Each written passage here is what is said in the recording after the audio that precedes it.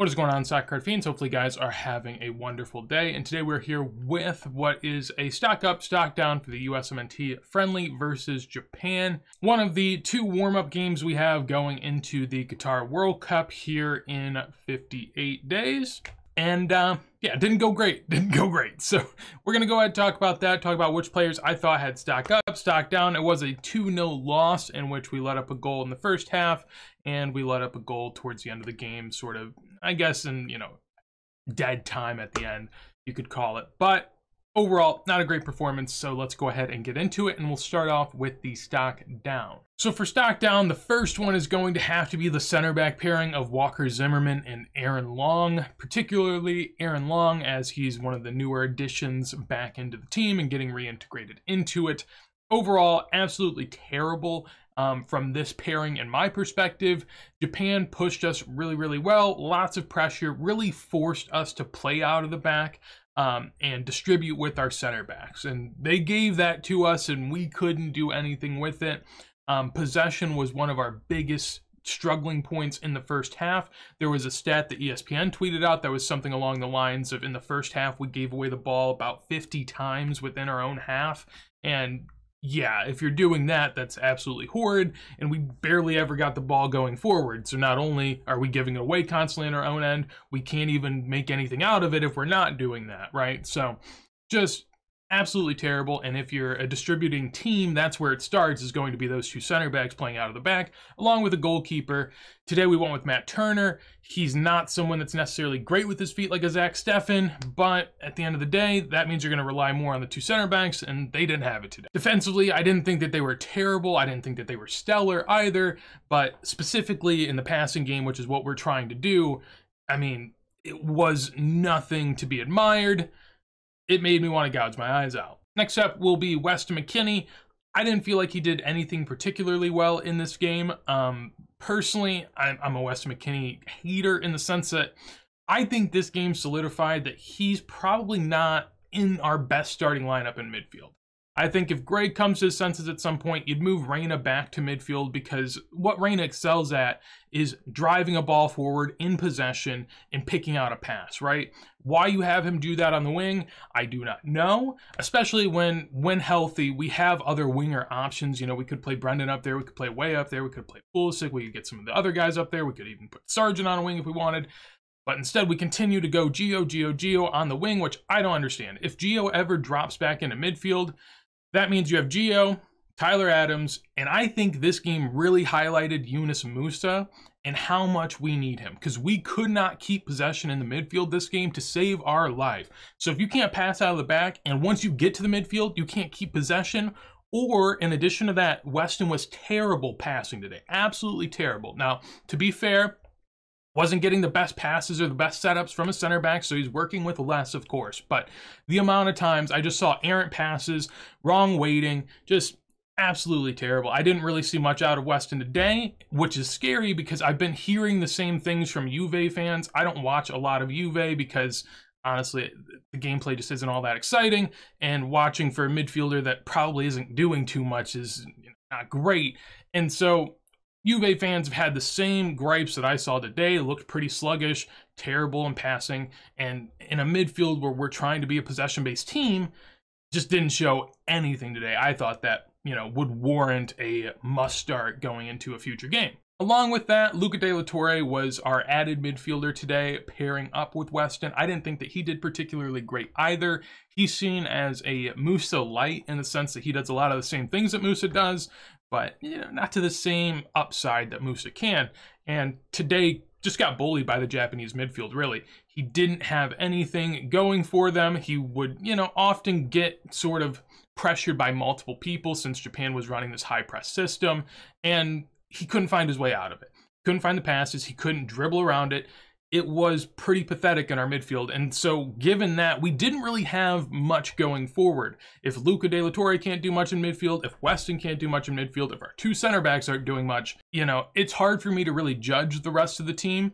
The only other stock down I'm going to put out there is going to be Jesus Ferreira, just because One, he's supposed to be, more of a build-up, link-up kind of guy that as a striker can do both for you. I saw very little, if any, of that today. I saw more of that from Josh Sargent in the first 10 minutes that he was on the pitch than I did from Ferreira the entire time.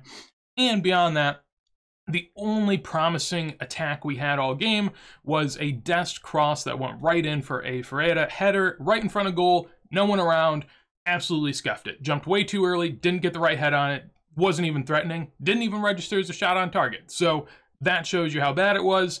And when you're a 9 that hasn't cemented yourself, you either need to do something or it's a stock down, especially if you don't perform well. It's definitely a stock down. So that's the only other stock down I have. I feel like you could go further with a lot of these stock downs, but to be fair, we were missing a lot of players. So a lot of the guys that came on, like a Sam Vines, it's hard to really say stock down because these guys won't be playing and you don't have that high expectations going into it. Most of the guys that I had as a stock down today are people I realistically expect something out of going into the World Cup. And from a lot of them, we did not get that today. It seems like a good time to say we were missing a ton of people. Way and Pulisic on the wings, both with minor injuries, weren't starting. In addition to that, Zach Steffen missed camp because of an injury, apparently.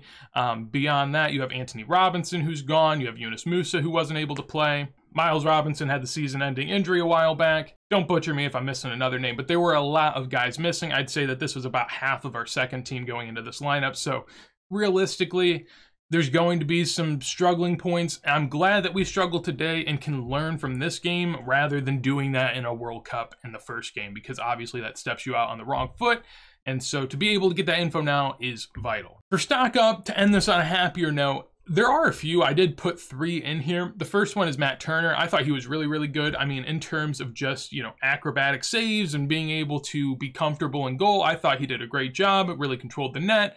And with him as my goalkeeper, I don't have the same worries that I do with a Zach Steffen. Zach Steffen, as a keeper, I am always nervous that there's going to be some massive blunder that takes place. And with Matt Turner, you don't have that at all. Now, I don't have the security that he can be as good out of the back with his feet, but I don't have that with many people today. So it's hard for me to really, ask that of him. And personally, I think that Matt Turner's our starter going into the World Cup now. The way it's shaping up, with Arsenal, he'll probably be getting game time going into the World Cup, so I don't see why he wouldn't unless he's having an absolutely disastrous season for them. I'd be very happy with him in goal for us going into the World Cup. Zach Steffen just terrifies me, even if he's a little bit better with his feet. The second of the 3 stock ups that I have for today is Giovanni Reyna. I looked on FOTMob just to check and see everyone and see what was going on. He actually had the worst rating, which I thought was surprising because honestly, most people, myself included, thought he was one of the best players in the sense that, he was able to pick out passes, he was able to keep possession, he was able to make stuff happen in the attacking third. And I mean, compared to anyone else, that's way better than anything else we had going on today. The only other thing I really enjoyed a good bit was Brendan Aaronson's pressing, but I didn't think that holistically Brendan did enough. He sort of played the Pulisic role today, where he drops back in and then gets fouled like 10 times. But if you're getting fouled that much, it's obvious that you're doing something with it. But in terms of actually providing some sort of substance in the final third and going forward, Gio was the best of that out of anyone. But again, it wasn't really great holistically. And Gio was playing left wing, and you had Weston McKennie and Sam Vines trying to get him the ball, and they could barely keep the ball themselves. So it wasn't all that productive of a day, given the circumstance. Finally, you can get your stock up just by not even playing. Eunice Musa, I felt, is a massive stock up from this game because it showed this game alone that we do not have that guy currently in midfield that you can pass the ball to and feel secure, which again boggles my mind why you don't throw Gio Reyna in there, because he could be that guy. But at worst, you need Musa. Musa or Reyna, or both ideally, in my opinion. You need one of them. And Musa, I mean, whenever he's playing for you, you just feel so confident. He's so capable of running the ball upfield with very little resistance and being able to alleviate pressure, right? And that's obviously something we struggled with today, given everything that I'm talking about so far. So in terms of who I felt like had a stock go up, even if you didn't play, I mean, Musa's stock rose a lot, in my opinion, because that midfield performance today was abysmal. And so I'm left with that. I have really no other take that is possible through that. So overall, there are some stock ups, there are many stock downs. I think that holistically, this game is good in the sense that it will expose some people that need it exposed, and it will allow us to learn more about ourselves. Now, I am worried because it will also show other teams what they could do theoretically to, mitigate what we try to do and really put us on a back foot, which is not what Greg's about and not what this system's about. So we did have 60% possession. We also had 0 shots on target. So, just some fun stats. But that's going to be it for me today. Hopefully you guys enjoyed. If you did, make sure to leave a like. Beyond that, if you want some more videos like this as soon as I go live, make sure to subscribe. But with that said, hopefully you have a wonderful day, and peace.